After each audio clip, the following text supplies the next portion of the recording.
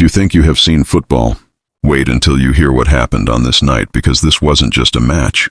It was a storm made of drums, hope, fear, and two nations who came to fight for more than just goals. And what unfolded inside the red and gold stadium in Luanda would force millions across the world to pause their lives and witness history in real time. Tonight, Argentina walked into a place where every heartbeat wore the color red, and Angola didn't just come to play. They came to roar, and before the first whistle even touched the air, something unbelievable happened among the crowd. Something no camera fully captured, but everyone felt. And this is the real story of Argentina versus Angola, the secrets, the unseen moments, the chaos, the brilliance, and the two goals that shook Africa. The moment you looked at the stands, you knew this wasn't an ordinary match.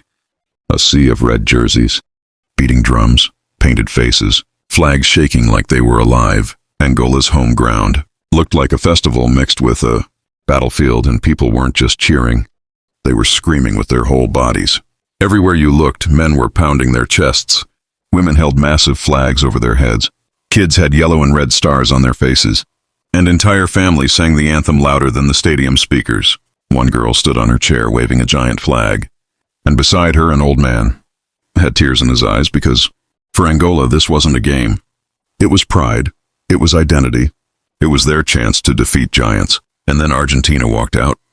And even in a stadium drowning in red, the sudden appearance of blue and white stripes changed everything, because the Argentine players stepped onto the pitch with the calm confidence of warriors who had already survived tougher battles. The air shifted. People leaned forward and remembered, these are world champions, and the camera zoomed into their captain. While the chants grew louder, but beneath that noise there was a silence made of respect. As they stepped in, two Argentine players whispered, "They're loud. Let them be." Noise doesn't play football, but it lights the fire. Then let it burn.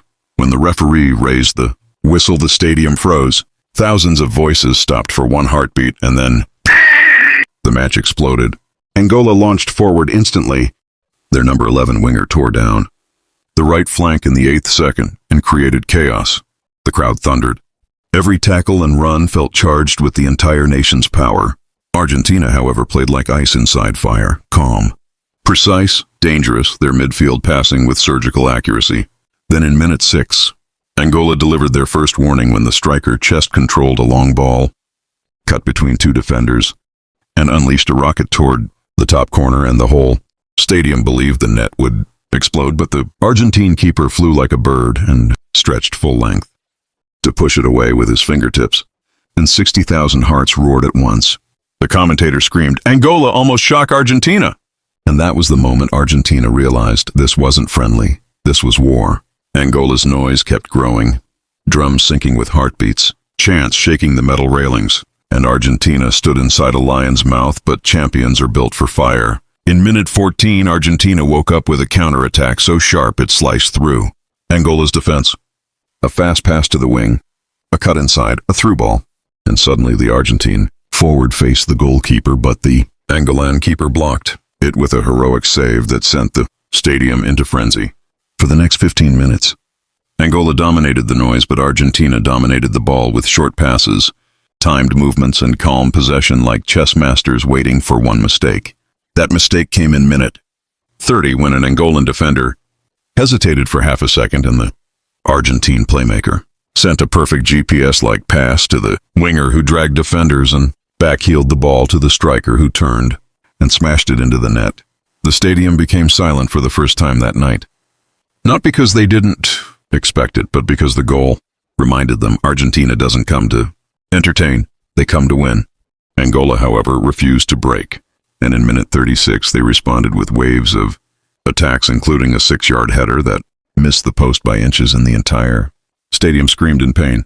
Even at 1-0, the match felt like a World Cup final, with tackles sharper, passes faster, and hearts louder, while the halftime whistle approached like the end of a storm's first wave.